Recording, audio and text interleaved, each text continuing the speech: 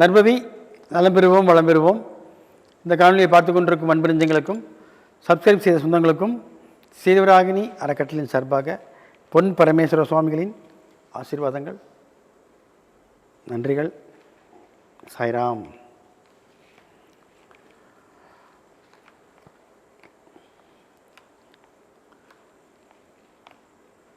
கசப்பின் உச்சக்கட்டம் இனிப்பு, இனிப்பின் உச்சக்கட்டம் கசப்பு.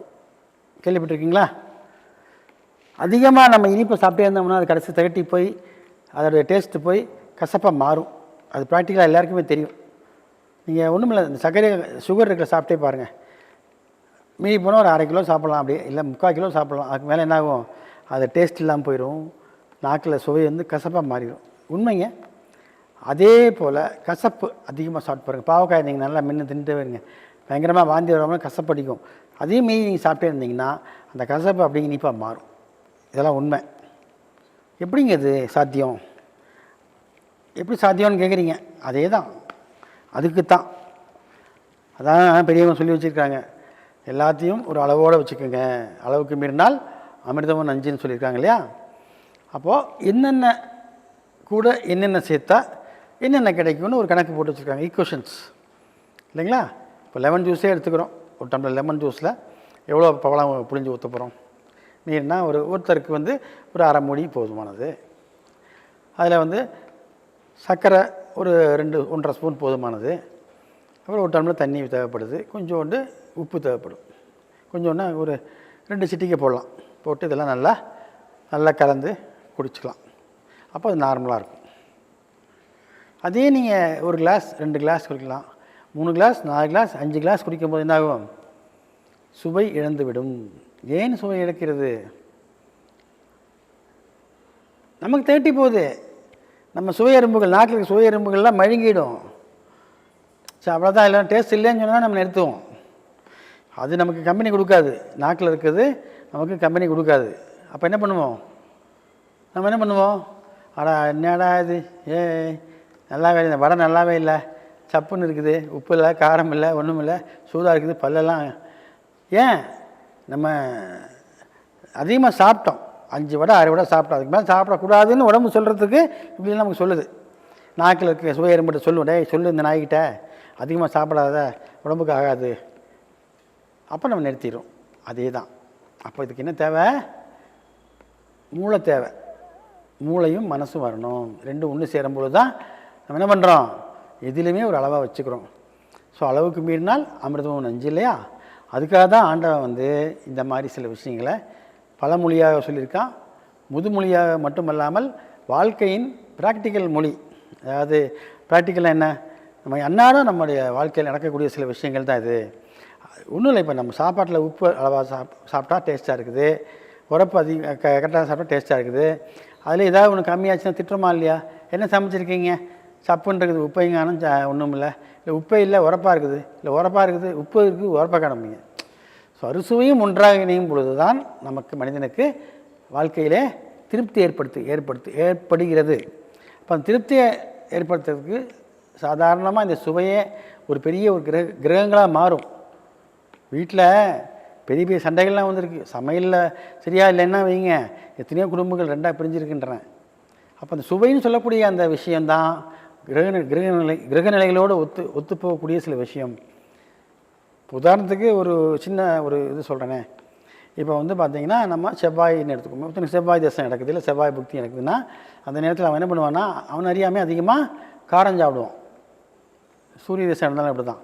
காரம் அதிகமாக, யாரும் காரமே பிடிக்காதவங்க கூட அந்த மாதிரி அவனுடைய வாழ்க்கையில் அந்த திசையோ அல்லது திசா புக்தியோ இல்லை அந்தரமோ நடக்கும் பொழுது அவனை எரியாமல் அதிகமாக காரம் சாப்பிடுவான். ஏனென்றால் உடலுக்கு அது தேவைப்படுகிறது. இது அந்த காரம் என்ற சுவை. அப்போ தான் என்னாகும்? அந்த சுவை மூலியமாக அவனுக்கு அந்த சூரியனுடைய செவ்வாயுடைய சக்தியாகப்பட்டது உள்ள ஸ்டோர் ஆகும். அப்போது இனிப்பின் உச்சக்கட்டம் கசப்பு, கசப்பின் உச்சக்கட்டம் இனிப்புங்கிறதுலாம் என்ன? உண்மை தானே? அப்போது நமக்கு என்ன தேவையோ அதை மட்டும் நம்ம சாப்பிட்றது நல்லது. அதான் எதையுமே வந்து அளவுக்கு மீறாமல் அளவோடு சாப்பிட சொல்கிறாங்க. அதாவது இப்போ 4 வடை சாப்பிட்றோம், வாய் சொல்லுது நல்லா தான் இருக்குதுன்னு, இன்னும் வாய் சொல்லும் நல்லா இருக்கேன், இன்னும் 4 சாப்பிட்லாமே. சரி 4 வேணாங்க, 2 சாப்பிடுவோங்க. 2 சாப்பிடும்போது என்ன ஆகும்? டேஸ்ட்டை நம்ம அப்படியே விட்டுருவோம். அது டேஸ்ட்டு போயிடும். ஏன் தெரியுமா, நம்ம சாப்பிட்டு அதே வந்து அதில் வந்து ஒரு இதாகிடும், வெறுப்பு தட்டிடும். ஸோ அந்த வெறுப்பு தட்டும் பொழுது என்ன நடக்குது, இனிப்பு கசப்பாக மாறுது, கசப்பு இனிப்பாக மாறுது. அதனால் எல்லாத்துலேயும் ஒரு அளவுகோல் கொடுத்துருக்காங்க. அந்த அளவுகோலை நம்ம மீறக்கூடாது. ஸோ அளவில்லாமல் சாப்பிடுவதும் தவறு. எப்படிங்க, அளவில்லாமல் சாப்பிடுவதும் தவறு, அளவை விட கம்மியாக சாப்பிடுவதும் தவறு. ஆனால் உனக்கு அது கிடைக்கணும்னு தலைவிதியில் இருந்தால் தான் கிடைக்கும். இல்லை இன்றைக்கி 4 மணிக்கு வடை சுடுவாங்க அப்படின்னு யாரும் நினச்சிருப்போமா? நினைக்கல. அப்போது உனக்கு தேவையான பொழுது தேவையான நேரத்தில் இறைவனால் கொடுக்கப்படும் ஒரு படைப்பு தான் இந்த உணவு என்பது. ஸோ இந்த உணவின் மூலியமாகவும் நமக்கு அந்த திசா புக்திகள் வேலை செய்கிறது. அப்போ ஜாதகத்திற்கும் மனித உடலுக்கும் மனிதனுடைய ஒளி உடலுக்கும் அந்த சுவையின் மூலியமாக சக்தி ஊட்டப்படுகிறோம். சக்தியின் அம்சம்தான் சுவை. சக்தி இல்லையில் சிவம் இல்லைங்கிற மாதிரி சுவை இல்லையில் சோறு இல்லை. வெறும் நீச்சல் தண்ணி குடிக்க முடியுமா உங்களால்? கொஞ்சம் உப்பு போட்டு குடிக்கிறீங்களா? ஏன்? உப்பு மகாலட்சுமி, அவனுக்கு தேவைப்படுது, அப்போ போட்டு குடிக்கிற. சிலவன் ஒன்றும் உப்பு இல்லாமல் குடிப்பான், அப்போ அவனுக்கு தேவையில்லைன்னு அர்த்தம். உன்னை தேடி வர்றதுக்கு சிலவங்க காத்திருப்பாங்க. அதுக்கு எப்படி வருவாங்க? என்னுடைய கருத்து, என்னுடைய அனுமானம், என்னுடைய அனுபவம், ஒரு சுவை மூலியமாகத்தான் அந்த சக்திகள் உனக்குள்ளே ஊடுருவி வரும் என்பது எனக்கு தீர்க்கமாக தெரிஞ்சு போச்சுங்க. ஒன்றும் இல்லைங்க, நான் வந்து பார்த்திங்கன்னா நல்லா வாட்ச் பண்ணியிருக்கேன். சுக்கர திசை, சுக்கர புக்தி, சுக்கரன் அந்த நடக்கும்பொழுது பார்த்திங்கன்னா நான் வந்து மேக்ஸிமம் வந்து ஒரு 3 நாளைக்கு ஒரு டைமாவது நல்ல ஐஸ்கிரீம் வாங்கி சாப்பிட்ருவேன். அது பேரெலாம் சொல்ல விரும்பலைங்க. The best ice cream, காஸ்ட்லியானா. அப்போ என்ன காரணம், நம்ம உடல் வந்து எப்படி அந்த சக்தியை வந்து சக்தி ஊட்டப்படுகிறோம், நாம் சாப்பிடும் அந்த அது சுக்கரனுடைய அமைப்பு என்ன, இனிப்பும் சுவை மிகுந்த ஒரு குளிர்ந்த ஒரு பொருள், அதான் ஐஸ்கிரீம். ஸோ அது வந்து நல்ல ஒரு பெரிய இடத்துல போய் நல்ல காஸ்ட்லியான ஒரு ஐஸ்கிரீம் வாங்கி சாப்பிடுவேன்.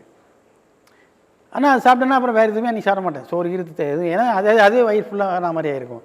ஸோ அப்போது அந்த கிரகங்களுக்கும் மனிதனுக்கும் நிறைய கனெக்ஷன். எது கூட, உணவு கூட. சாப்பிட்ற உணவில் தான் எல்லாமே இருக்குங்க. அதனால் தயவுசெய்து சாப்பிட்ற உணவை நல்லா ரசித்து ருசித்து அதிலே கவனத்தை வைத்து கொண்டு சாப்பிடுங்க.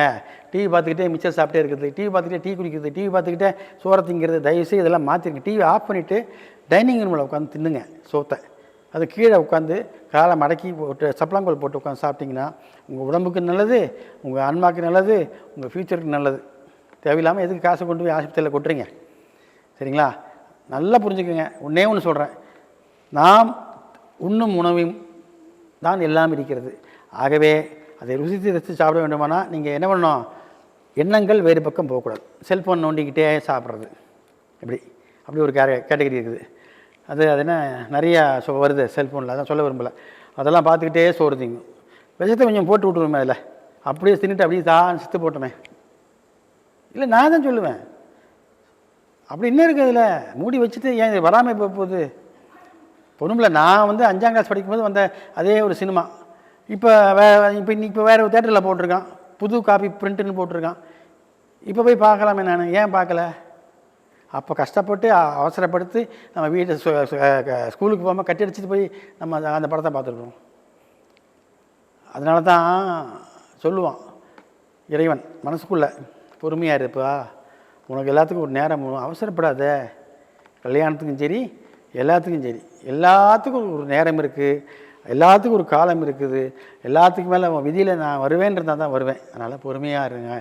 பொறுமையை கடைபிடித்தால் வடை என்ன, வாத்தியம் என்ன, எல்லாமே உனக்கு கிடைக்கும். பொறுமை பொறுமை பொறுமை. ஆகவே என்ன பண்ணணும், அமைதியாக பொறுமையாக எந்த ஒரு செயல் செய்தாலும் அதிலே உன்னிப்பாக இருந்து செய்யுமாறு தாழ்மையோடு கேட்டுக்கொள்கிறேன். மீண்டும் சந்திப்போம். சாய்ராம்.